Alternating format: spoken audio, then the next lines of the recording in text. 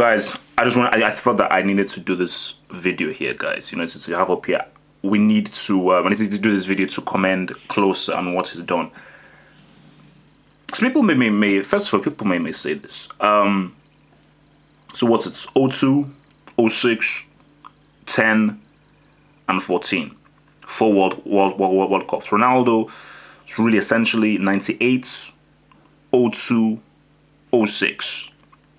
So Ronaldo scored 15 in 3. Klose did 16 in 4. So people say, okay, well, he had more World Cups. At the end of the day, stats speak for themselves. People say, oh boy, Klose has 16 World Cup goals. And let's talk about Miroslav. First time I heard about Klose was really back in the day, 2002. I wasn't actually watching the match. I was in the field. Long story. There's no point in delving into it. I was in the field. I was listening to it on radio, and I was like, okay, he scored. He scored again. He scored again. I was like, whoa, again against Saudi Arabia. I was like, what? This is pretty crazy. That was really what his 4 goals against Saudi Arabia announced himself into the world. And so we then had 06, the World Cup in Germany. He then showed up again. Remember those goals that he scored against Argentina when they needed him the most. And you look at 2010, that goal he scored against England, a very crucial goal. But I think what's the beauty about Klose is that, as you well know, guys, you know, I appreciate all for football. I always do. I look at a guy like Patrick Mboma.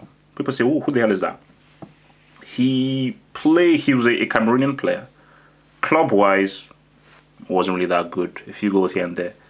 Every time this guy laced his boots up for Cameroon, he always showed his best for Cameroon. Klose, Lazio, I think it was at Ban at one point. Club level, huh? Why I respect players like Klose and Mboma is that when they put on the shirts of their country, they produce their best. For me, the World Cup is the biggest stage, and Klose has always shown up and produced his best for Germany on the World Cup stage and has always delivered. Every World Cup he's playing in, he's put in a G. He's always put in a G for every World Cup he's played in. And we're living in a world of false nines. Strikers coming in.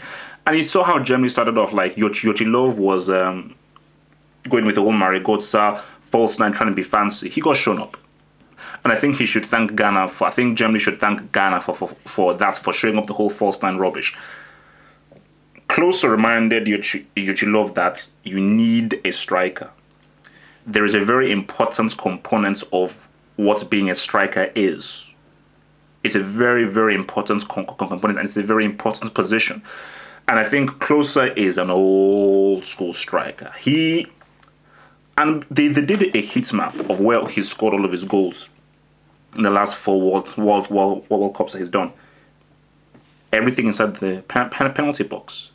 Now people say, "Oh, look, he's a poacher." If I hire a striker, my winger, he crosses, brings the ball in. My midfielder walks around. My attacking midfielder can take shots around. I want my striker to sleep inside the penalty box. If you come out of the penalty box, it's only unless if you have to try and link up play. I like Klose. He is an old school striker. Old school. Where I'm here to score goals. Like, you know how you see guys trying to come in, oh no, he's more of like a striker, he's links up play. No, Klose. I ain't linking up crap. I'm here to score G's. I'm here to scrap. I'm here to poach. Because at the end of the day, this is called fishnet football. It's about how many times can you get the ball inside the fishnet. How many times can you get the ball inside the fishnet? That's why I like him Klose. He's an old school striker. You know what I'm saying? So, and he reminded us. I think with that goal against Brazil, he reminded us that we do need strikers. Strikers are important in the game of football. And how will he be remembered?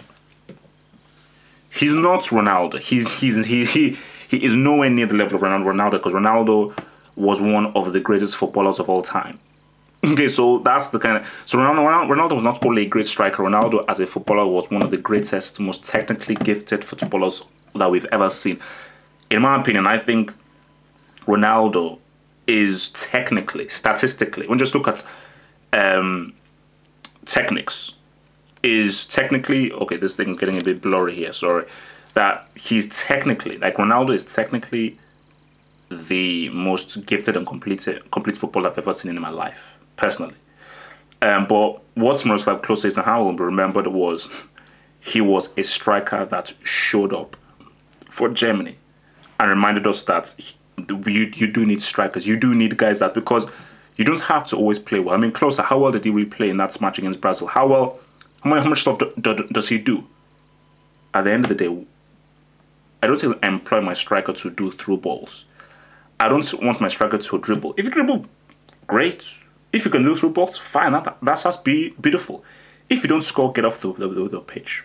If you don't score, get off the pitch. Because the job description that it says as a striker is to score goals, to score Gs. If you don't do that, get off my damn pitch. Closer, 16 goals.